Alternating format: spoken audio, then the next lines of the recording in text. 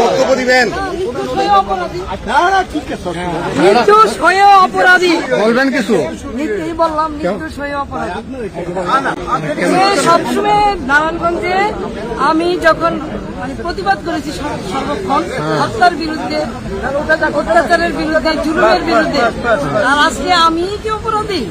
তো যাই হোক, এটার বিচার আল্লাহ আছে, আমার নানুর ভাষী আছে, তারা দেখবে। আপনি তো তখন গাড়িতে ছিলেন, আপনাকে হামলার ওই মামলায় আসামি করা হয়েছে, এই বিষয়টা আপনি কিভাবে দেখতে পারেন? আছেন দেখবেন।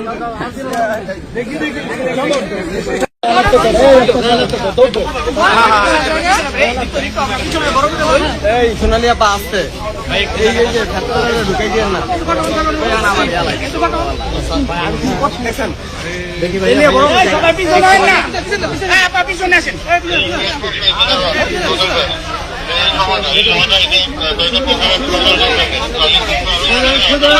বক্তব্য দিবেন। নির্দোষ হয়ে অপরাধী।